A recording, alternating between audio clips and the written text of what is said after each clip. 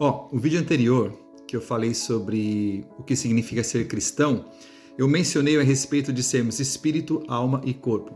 Assim como Deus, a Trindade, né? Deus Pai, Deus Filho e Deus Espírito Santo, Ele nos fez espírito, alma e corpo.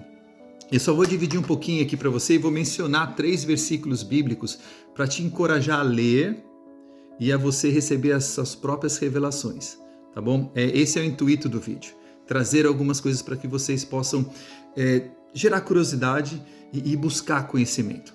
Primeiro, um resuminho do outro, eu estava falando sobre o nascer de novo em espírito. A gente, para sermos cristãos, a gente precisa tomar uma decisão pessoal. Não é porque nascemos numa família cristã, não é porque congregamos numa igreja cristã, mas é porque todo mundo, algum momento da nossa vida, a gente precisa fazer uma confissão pessoal. Crendo no coração, confessando com a boca. Assiste o vídeo e você vai entender melhor. Está lá em Romanos 10, 9 e 10. Mas hoje eu quero falar sobre um texto que está em 1 Tessalonicenses 5, 23 e está falando que Deus quer que a gente seja perfeito em espírito, alma e corpo. Ele quer encontrar a gente na vida de Jesus, perfeitos, tratados, santos, em espírito, alma e corpo. Quando a gente nasceu de novo em Cristo Jesus, quando confessamos o nosso desejo de servir a Deus e fazer de Jesus Cristo nosso Senhor, a gente entende, por isso que fala, crê no coração. A gente crê que Ele morreu e ressuscitou dentre os mortos. A gente crê que Jesus Cristo, Ele foi para aquela cruz e na cruz Ele levou todas as nossas doenças, enfermidades, as iniquidades, todos os pecados. Então, a gente que herdou o pecado de Adão e todos nós nascemos com a natureza do pecado por conta disso, herdamos isso. Não é culpa minha, não é culpa sua, herdamos. Precisamos de Jesus morrer na cruz para pagar pelos nossos pecados, para que agora nele a gente tenha a restauração de vida e a nossa restauração da comunhão com Deus. Só através dessa confissão seremos salvos. E aí a gente é salvo no Espírito. Nosso espírito é salvo, mas a nossa alma e o nosso corpo continuam iguais. Esse é o grande X da questão que muitos não entendem. Por que cristãos que falam que confessaram Jesus, eles cometem erros? A gente comete erro. Primeiro que ninguém é perfeito. Mesmo depois de você se decidir e falar, não, vou seguir Jesus, você não é perfeito. Então a alma é o segundo passo de transformação. E em Romanos 12, 2, você vai encontrar que para você, fala assim, não se conforma mais com as coisas desse mundo, com os pensamentos, com as doutrinas, com as religiões, com os hábitos que você cresceu junto. Não se conforme com coisas desse mundo, mas renova a sua mente pelo conhecimento da palavra. Renova a sua mente. O Espírito é nascido de novo. Boom! Like that. Como isso. A alma, ela tem que ser renovada pelo conhecimento da palavra. Então, esse é o interessante da questão.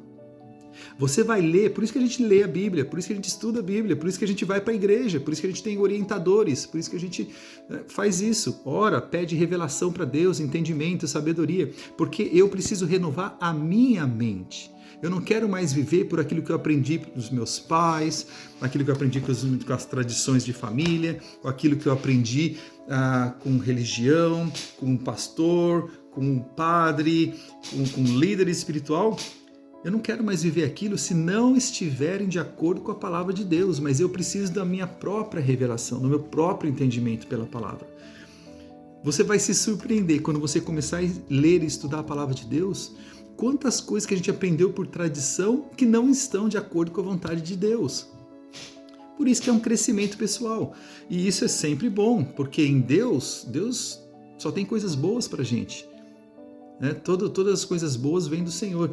Então, se você aprender algo que não está de acordo com o que você vive hoje, tira aquilo que você vive hoje e viva de acordo com a palavra de Deus. Você vai ver a sua vida melhorar, a sua vida avançar de um jeito maravilhoso. Por isso que a gente passa a ficar apaixonado por Jesus Cristo, apaixonado pela palavra. E o terceiro ponto é o corpo. O corpo, ele ainda existe a natureza do pecado no corpo. Por isso que fala, a carne é fraca, porque a carne quer fazer coisas. A carne quer... Se você ler em Gálatas 5, 16, 17, 18, 19, você vai entender, porque lá é muito claro, e eu não estou lendo o texto aqui para que você busque e leia você mesmo. Mas lá está dizendo que o seu espírito está em conflito com a sua carne. O que o seu espírito, nascido de novo em Cristo Jesus, quer fazer, não é a mesma coisa que a sua carne quer fazer. Porque lá diz que, por exemplo, imoralidade sexual, vontade da carne, ciúmes, inveja, ódio, facção, dissensão, orgias, bebedeiras, todas essas coisas são obras da carne, é que a sua carne quer fazer, mas não estão de acordo com a vontade de Deus. Deus tem coisas melhores para as nossas vidas. Então o que a gente faz? Lá vai dizer o seguinte: você vai crucificar a sua carne, para que você não ande mais segundo os desejos da sua carne, porque a carne quer uma coisa que é contrária ao que o Espírito quer. Eu vou te mostrar uma coisa que eu mostrei para a igreja recentemente aqui, e vai abrir o entendimento, ou pelo menos vai te dar um rumo para você entender melhor e estudar isso. Imagina a gente brincando de cabo de guerra. Cabo de guerra. Você decidiu, você quer seguir Jesus Cristo. Não, peraí, eu quero seguir Jesus Cristo. Vamos brincar de cabo de guerra. De um lado você tem o Espírito e do outro lado você tem a carne. Esse que está lá em Gálatas 5,16. O Espírito de um lado e a carne do outro, eles estão competindo. Sabe quem está no meio? A sua alma, os seus pensamentos, as suas razões. Eu aprendi assim, eu cresci assim, eu nasci assim, eu não vou mudar, eu não vou me transformar. Então assim, a sua alma está ali no meio.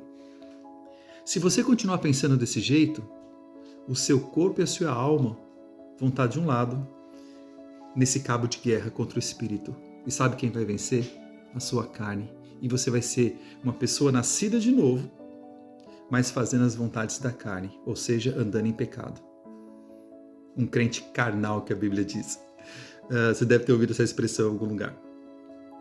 Mas olha só, se você botar em prática Romanos 12, 2, e começar a renovar a sua mente pelo conhecimento da palavra de Deus, inspirada pelo Espírito Santo, vai ser o seu espírito, juntamente com a sua alma, com o seu novo entendimento, com a sua mente renovada pela palavra, contra a sua carne. E aí eles vão ser mais fortes. E aí eles vão vencer a vontade da carne. A carne, ela não se converte. A carne tem que se submeter à autoridade do Espírito renovado e da sua mente renovada. Tem que se submeter. Quando você tem vontade de mentir, o seu espírito e a sua alma renovadas pelo conhecimento da palavra vão dizer assim, a palavra diz para não mentir, você tem que sujeitar a sua carne, porque a carne são 5 sentidos nossos. Se você quer ter, como a Bíblia diz lá, imoralidades sexuais, e aí seu espírito e sua alma vão dizer assim, não, isso não agrada a Deus. Você tem que parar com isso e submeter a sua carne.